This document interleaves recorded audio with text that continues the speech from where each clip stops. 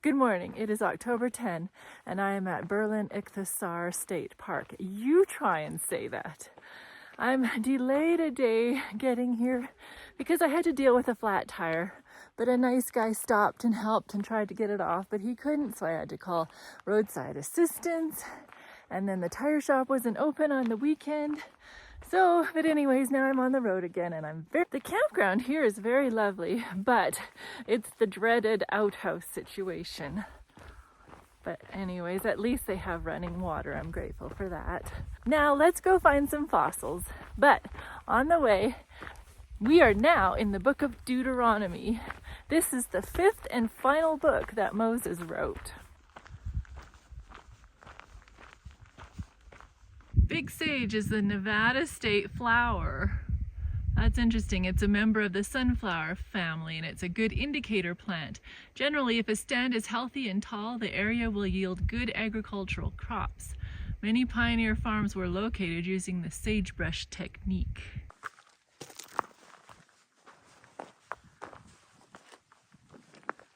Much of Deuteronomy reiterates divine instruction and history already given in the Pentateuch. So I won't be spending as much time on this book as I have in the others, since we've learned a lot of it already.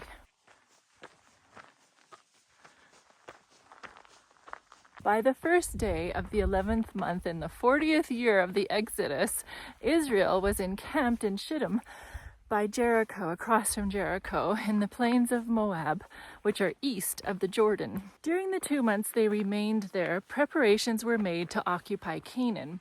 But most importantly of all, Moses spoke the discourses that constitute the bulk of the book of Deuteronomy. The book is historical, legislative, and hortatory. It is a unique cycle of great oratory.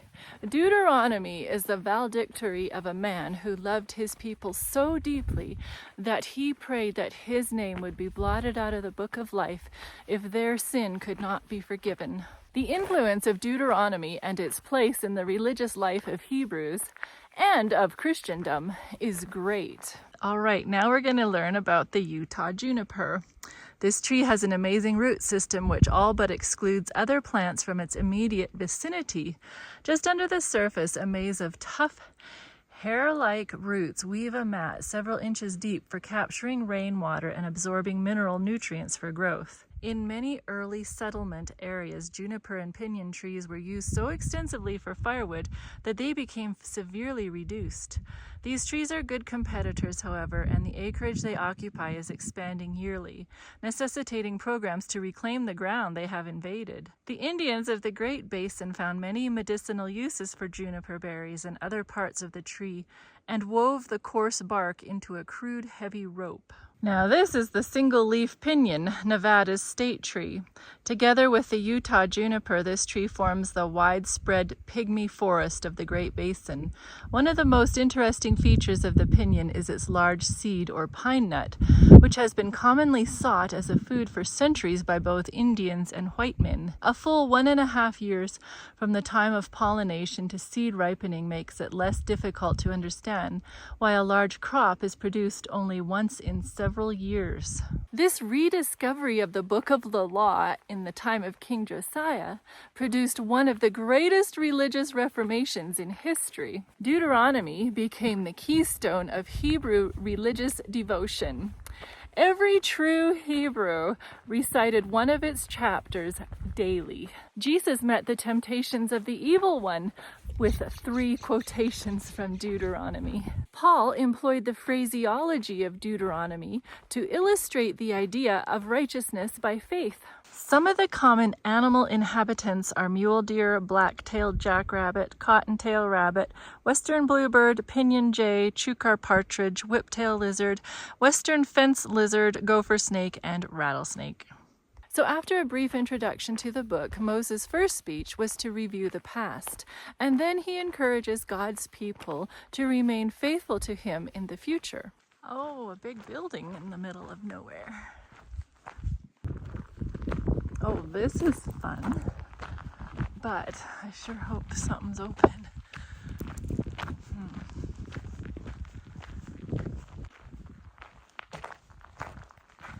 Viewing windows provided for those unable to attend a scheduled tour. Okay. Professor Charles L. Gamp, paleontologist, historian. His efforts made this park possible. Okay, let's go look at these three windows. Through this window can be seen the remains of one ichthyosaur and a few vertebrae of another. 9 or possibly 10 ichthyosaurs of the size depicted on the concrete wall behind are entombed in this quarry. Although they are found nearly globally in the fossil record, the specimens in this quarry are by far the largest known to date. Well, that's nice they give us windows, but it really doesn't do it justice, does it?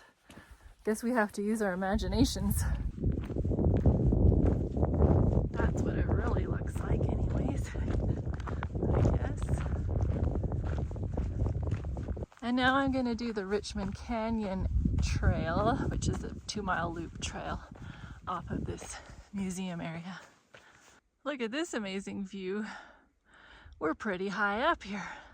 Then Moses tells how he pleaded with God to let him enter the promised land. I pray, let me cross over and see the good land beyond the Jordan, those pleasant mountains and Lebanon. You can imagine how he might try and get God to change his mind, as he had invested most of his life getting to this point. But God told him, enough of that. Speak no more of this matter.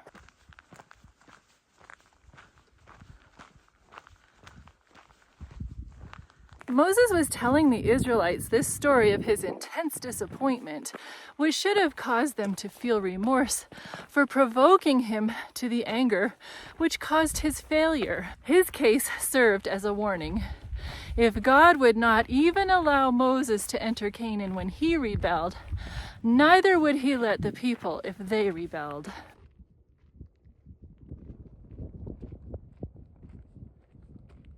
Moses reiterated how the Israelites were to behave so that the surrounding nations would know that surely this great nation is a wise and understanding people. Oh good, I'm going down now. That was a pretty intense climb.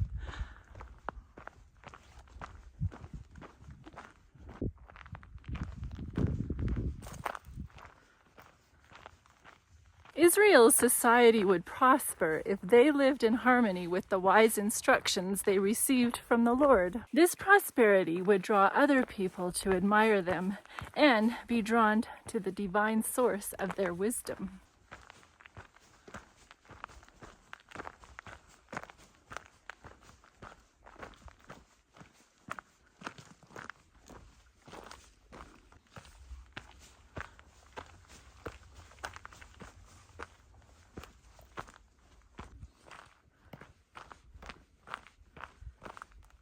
The way the Lord was actively involved in the lives of the Israelites was unheard of in the ancient Near East.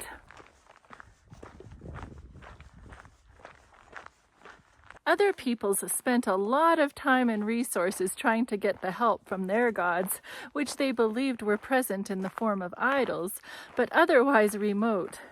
The Israelites had the actual presence of God abiding with them in his sanctuary and anticipating their needs. Oh, here's some kind of remains. Let's see what the sign says. The Richmond mine is situated about 2 miles southeast of Berlin at an elevation of 7,400 feet. The Richmond mine was worked by tunneling underneath the quartz vein and removing the ore by following the vein to the surface. Records show that at one time the ore was hauled to Ione and milled. The milling process in Ione was a failure because there was too much copper in the ore. The Nevada company purchased the Richmond claim for the all-important water rights, which they used to run the Berlin mine. After the Berlin mine closed down, the Nevada company leased out the Richmond claim. Lessees shipped ore from the mine to several different locations for processing, Salt Lake City, Utah being the furthest. We can have God's presence with us as well. He actually wants to live in our hearts, and he promises to guide us if we so choose.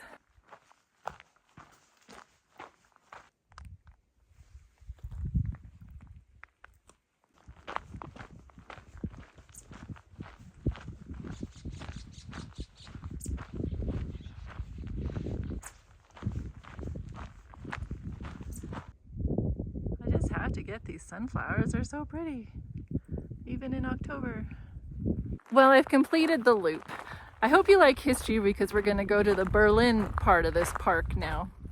Berlin State Park contains many historic buildings which are maintained in a state of arrested decay. The two-story building that stood here was called the Clubhouse. It might have been erected to house the mine and mill office, but during the years from 1906 to 08, it was used as headquarters for visiting company officials and local supervisors that did not have families. The bedrooms were upstairs and the lower floor was a lounge. In the years following 1945, someone removed lumber from the partition walls, thus weakening the building, and it finally collapsed. The first mining activity in the region was in May of 1863 when a group of prospectors discovered silver in Union Canyon, and the small mining camp of Union was settled. The next year, the Union Mining District was formed to include the towns of Union, Grantsville, Ione, and later Berlin. The first assay report in Berlin Canyon was in 1869, but it was not until 1895 that the Berlin mine was established. With the purchase of the mine and numerous surrounding mining claims by the Nevada Company in the late 1898, the town of Berlin was soon in its heyday. With the rise of Berlin, the settlement of Union, a mile to the east, was revived as the old buildings were again utilized by the Berlin miners. Soon, Berlin and its suburb of Union supported up to 250 people, including miners, woodcutters, charcoal makers, a doctor, a nurse, forest ranger, and prostitute. Buildings included a 30-stamp mill, assay office, barn, and corrals, union hall, store and post office, infirmary, stage station, and homes. Today, many buildings remain, and some of the former residents are interred in the cemetery below the town. Worked from an inclined shaft with 8 levels, the total production of the mine's 3 miles of tunnels is estimated to have been $849,000 at a time when silver paid 60 cents an ounce and gold paid $20 an ounce. This small building was constructed during the late 1930s to house the gasoline engine it contains. Leland and Osborne had leased the mine and transported this hoist from a mine in Ione owned by John Olson. After the hoist had been set up, it was discovered that the carburetor was missing, therefore the hoist was never used here. When the other machinery was hauled away and sold for scrap, this machine was left because it belonged to the estate of John Olson. Saddening to look into this huge cave-in, filling higher with debris each time a cloudburst comes roaring down the canyon. A fine building with smokestacks protruding through the roof once covered this site. The building contained 3 steam boilers, 2 hoists, the collar of a double compartment, inclined mine shaft, and a shop for sharpening hand steel and drill steel used with the piston-type drilling machines. On the piston machines, the drill steel was bolted to the piston rod, causing the steel to reciprocate back and forth, the drill bit striking the rock being drilled with each forward thrust. This is the site of the building which contained the storeroom for supplies and the change room where miners could take shower baths and change clothes after their shifts. This is all that remains of the scales on which each load of ore en route to the mill was weighed and recorded. The Western engine was manufactured in Los Angeles, California by the Western Gas Engine Company. The date of manufacture was the 4th of February, 1908. It was first sold to Coalition Crown Mining Company in Rawhide, Nevada. This mine hoist, while not as complete or in as good a condition as the Alamo located in the hoist house, is nonetheless a fine example of turn-of-the-century technology. The Western is indeed one of the earliest examples of the line. There are few older examples known. Considering this engine has been sitting in the open since at least 1940, it is in remarkably good shape. It took months for Ray Teifel, a prospector, to gather the materials and to build this plant practically single-handed. Then it took more months of hard labor for him to dig and sort out a 12-ton shipment of ore from the thin edges of these old diggings. The ore assayed at $42 per ton. After paying transportation and smelting charges, he received a net total of $250. In the early days when the mine became polluted with carbon monoxide gas due to a compressor malfunction, the shaft or raise at the top served as an escape route for the miners working in this part of the Berlin mine. With materials he had laboriously rustled and carried here, an unidentified miner built this retreat for himself.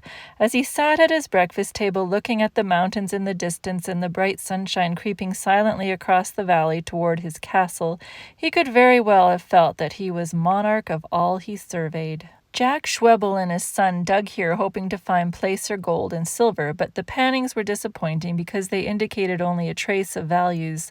The excavation was started in 1932 and was subsequently dug to a depth of 90 feet. Because of its advantageous location, this saloon attracted the largest volume of business. It was also the largest saloon in town. Drinks were 15 cents each or 2 for 25 cents. It was the only saloon having a slot machine. After inserting a nickel in the slot and pulling down the handle, it played a pretty lively tune as the big wheel in front went round and round. If the wheel stopped on a lucky number, the payout was generally 2 nickels, but sometimes more. The machine did not have a jackpot. Faro bank and stud poker were other popular games of chance. This saloon did not have a cash register. The money was kept in a drawer that was built into the back bar. A combination lock containing about 6 stops kept the contents in comparative safety. By pulling 2 or more of the right stops, the drawer opened readily. There were plenty of chairs available in which the patrons could sit around and wait for the live customer to come in and call up everybody in the house for drinks. Gregoria Ascargota ran a boarding house here, and her husband Felix worked in the mine. The building had a large dining room, a bunk room with 6 or 8 cots, and 4 smaller rooms. One served as the kitchen, and the other 3 were occupied by Gregoria's family and another family. The 2 rock wall ruins were a cellar and storehouse. Gregoria's boarders consisted of miners, transients, and a sporting girl from the nearby fancy house. Gregoria hauled all the water for the boarding house from a well in Upper Union Canyon. She would fill 2 50-gallon whiskey barrels and transport them on a drag sled pulled by a mule. It was not an easy task to run a boarding house without running water, and cooking on a wood stove on a hot summer day was no pleasure. This was the site of the brothel in 1904. The front of the house served as part of the fence of a large corral in which were penned the horses and burros that belonged to the customers of Bob Johnson's saloon. To get to the entrance of this house, visitors had to come through the big gate of the corral. A Cuban woman occupied the house, and it seems that neither she nor her customers took much notice of the aroma of the corral. She was a large, friendly creature with black curly hair, and her name was Angela. She spoke both English and Spanish fluently. Angela boarded at Gregoria Ascarcorta's boarding house, which was located nearby. She tried to be helpful at the boarding house when she could, and because Mrs. Ascarcorta could not read or write, Angela took care of all the correspondence for her. Contractors Billy Cislini and Servino Lampa lived in the building that was here. Billy's mother, Giacoma, managed the house and also had boarders. From here, the company barn and corral could be watched so that if anything went wrong with the mules and horses used for packing and hauling wood, it could be remedied quickly. Previously to 1907, it had been used as a bunkhouse. Gold and silver occurs here as a natural alloy containing both the gold and the silver along with copper and small amounts of other minerals. It is found in quartz veins that have intruded into the country rock. All of the gold is microscopic. Some of the copper is visible in the form of various copper minerals. The Berlin mine opened in 1896, but this mill wasn't constructed until about 1900. There were several other mills in this area, although probably no more than 2 of them operated simultaneously. It was typical of mines to send ore to various mills in search of maximum returns. If a company could afford it, they often constructed their own mill to control costs and yields. This mill's large size suggests it processed ore from mines in addition to the Berlin mine. A local labor strike combined with national financial upsets caused the mine and mill to close in 1907. The mine and mill reopened in 1909, but only for a year. It is doubtful that it ever ran after that. Parts may have been sold at various times, and the scrap drives of World War II would have collected most of the remaining iron. The stamps that are in here now were installed by the park to help show what the mill would have looked like. The building remains, and 2 tanks across the road are from a cyanide mill that was built in 1911 to reprocess the tailings from the Berlin mill. That mill closed in 1914. After the ore was mined and brought to the surface, it was transported to the mill. An ore cart that was pushed along on rails was used to move the ore. The ore was dumped onto a conveyor belt at the top of the mill. The trestle of the ore car track can still be seen behind the mill. The ore was next transferred to the stamp batteries by means of a chute from the ore bins. An ore feeder fed the ore into the mortar where water and mercury were added. The ore was crushed in the mortar by the stamps. This mill had 30 stamps arranged in batteries of 5. The stamp frames can be seen in the back of the mill. The mixture of crushed ore, water, and mercury was called pulp.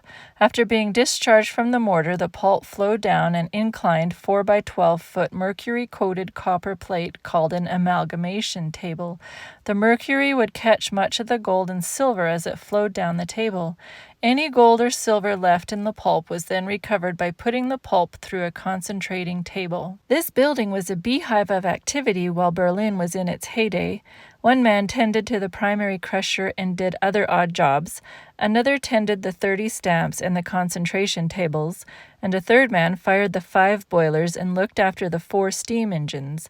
One engine powered the primary crusher and the stamps, another powered the concentrating tables, the third drove the direct current dynamos that supplied electricity for lights, and the 4th engine was combined with a compressor that furnished air to run the drilling rigs and pumps in the mine. The area between the mill, machine shop, and boarding house was piled high with cordwood used to fuel the boilers. Mine rail tracks were laid between the long piles of wood, and flat rack trucks rolled on the tracks to bring wood close to the boilers. This building contained the blacksmith shop and was equipped with power-driven drill presses and lathes, etc. Therefore, it was called the machine shop. The crew of mechanics that worked here kept all the mine and mill machinery running smoothly. Occasionally, a passing automobile that had broken down was towed to its door to be put into running condition again. The stage driver and his horses were housed under one roof in this building. A partition made of lumber separated the dwelling section from the barn. A small corral was attached to the south section, and the door leading into the barn could be closed in winter. The men who drove stage from 1904 until 1924 were John Mullen, Ed Drierginger, and Alex Dyer. Alex used horses until 1915. On his first trip by Model T, the car quit him at the Derringer Ranch. He caught a ride into Ione for help, and Albert Mayeret and Furman Bruner drove him back to his car and got it started. Thousands of sacks of charcoal were stacked in this area. The charcoal was used to fire the furnace used to assay the ore samples at the nearby assay office, and as fuel for blacksmith forges in the machine shop and at the mine. Because charcoal is easily ignited, great precaution was taken to prevent fires. The pipe fire hydrant can still be seen. It was always kept in readiness with a fire hose attached. Charcoal was made or burned in the mountains to the west. Samples of rock and ore from the mine and samples of concentrates from the mill were processed or assayed here to determine the amount of values they contained. The furnace in this assay laboratory used charcoal because it was the only clean-burning fuel produced locally. The night watchman used this office to warm himself and to rest in after each trip through town on lookout for thieves and fires. He also ate his midnight lunch here. The watchman's name was Mr. Doolin. The company's store stood on this lot. It sold nearly everything needed in everyday living, including clothing, groceries, prospecting supplies, grain, and drugs. The local doctor acted as his own druggist by compounding the drugs he prescribed from the ingredients carried on the store shelves. W.J. Watson, who spoke a little Spanish, managed the store and was also postmaster. In 1905, during some labor troubles, the store also served as a jail. During the day, the prisoner was chained to one of the porch posts, and at night he slept inside chained to a cot. The building still standing in back was a warehouse with a storage cellar underneath. The 45-star flag use of this flag coincided exactly with the heyday of Berlin, commencing in 1896 with Utah's statehood and ending in 1908 with the addition of Oklahoma to the Union. Mr. Bowen, the mine superintendent, believed in dealing with his fellow men with justice and understanding, but he could not be deterred from administering his duties for the company conscientiously. In 1907, when the miners struck for a raise in pay from $3.50 to $4 per day, and the values of the ore were too low to grant the raise and continue operation of the property at a profit, he shut down the mine. The miners reasoned that if he was out of the way, their chances for obtaining the raise would be enhanced. They escorted him to the bottom of the hill and told him to keep going. During the night, he walked back to Berlin and, without being noticed, hitched up the company-owned team and buggy. He then drove to Tonopah and returned in a few days with the sheriff and regained control of the property. Mrs. Servaski's home stood here. She was a nurse and worked with Dr. Bruton when needed. To supplement her income, she took photographs of every kind and developed them herself. When in town, the Indians usually set up their tents in this area. At other times, they camped below the company barn in the direction of the cemetery. These Indians were very friendly. One little girl attended school in Union Canyon. Others attended the Stewart Indian School near Carson. It was way windy out there. I could not talk. So we learned about fossils, ichthyosaurs, mining, and Deuteronomy today. What is preventing you from giving your life to God and letting Him lead you? See you in the next one.